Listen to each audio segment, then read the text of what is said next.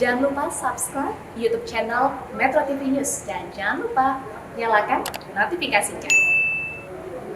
Pemirsa, digitalisasi IKTP diuji cobakan di 58 kabupaten kota dan akan segera diterapkan di Indonesia.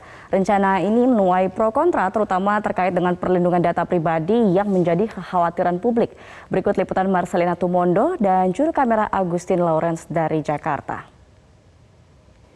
Kementerian Dalam Negeri akan menerapkan KTP elektronik atau e-KTP digital secara bertahap yang tahap uji cobanya masih dilakukan di 58 kabupaten kota.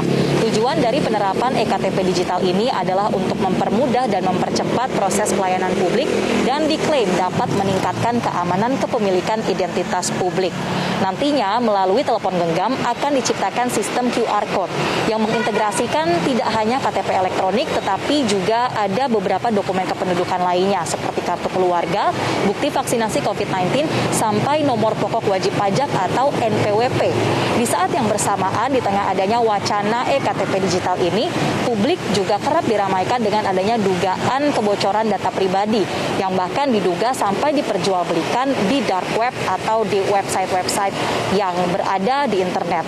Lantas bagaimana pendapat dari masyarakat? Kita akan coba tanyakan kepada mereka yang sedang membuat KTP di kantor Kelurahan Srengseng, Jakarta Barat. Setuju nggak sih kalau KTP kita nantinya akan ada di handphone secara digital? Sebenarnya ada plus minus ya, maksudnya ada plus minus dari KTP digital ini. Di mana misalnya pertama ya mungkin lebih mudah karena juga KTP yang bentuk sekarang kadang kita tulisannya lama-lama pudar atau kayak gitu-gitu. Dalam bentuk digital kan kita bisa bawa kemana-mana, udah pasti ada di handphone. Yang sekarang mayoritas orang semua pasti pegang handphone sih. Cuman minusnya itu ya mungkin adanya lebih riskan kebocoran data yang tadi itu. Bocoran data dari pihak negara, maksudnya data warga udah bocor ke negara lain atau kemana, itu kan lebih berbahaya ya kayak gitu. Harapannya cuman ya misalkan lebih tingkatin lagi sih, kayak misalkan kebocoran data itu lebih minim karena ya sekarang yang paling berbahaya cybercrime itu kan. Cybercrime itu yang paling bahaya. Data orang, kita bisa tahu data orang ada yang diperjualbelikan dan lain-lain ya kayak gitu sih. Setuju aja, ikut prosedur dari pemerintah aja. Kalau pemerintah bilang begini ya ikutin aja lah. Oke. Menimbang dengan adanya kebocoran data pribadi yang terjadi akhir-akhir ini, apa yang kemudian menurut Ibu perlu untuk ditingkatkan kalau jadi ada e-KTP digital? Belum ini sih, belum terlalu tahu masalah yang kebocoran data, belum tahu sih, belum ini. Tapi ya kalau disuruh ganti ya ikutin aja sih. Ikutin aja prosedurnya. Kalau saya sih kurang setuju ya kalau digital. Kadang-kadang kita kalau data itu dimasukin di dalam handphone, mungkin handphone hilang atau handphone dijamret gitu ya. Terus untuk mengurus nomor itu kembali juga kan nggak mudah, pasti ada kendala gitu.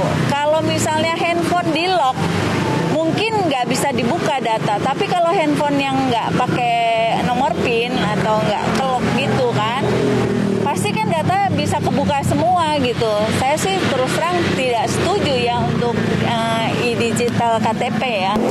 Dari beberapa warga yang kami tanyakan, ternyata responnya masih cukup beragam dan juga menuai pro kontra terkait adanya rencana e-KTP digital ini.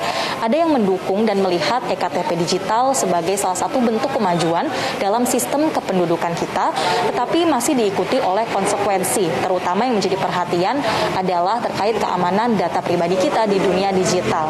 Ada juga salah satu warga yang mengatakan bahwa ia pernah merasakan bahwa data pribadinya ini disalahgunakan dan juga mengharapkan adanya sistem yang lebih kuat, terutama sistem digital kita apabila nantinya e-KTP digital 100% diterapkan di tanah air.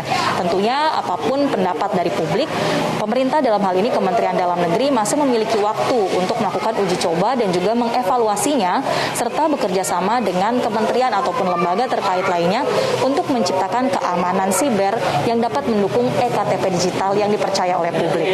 Dari Jakarta, Marcelina Tumondo, Agustin Lawrence, Metro TV.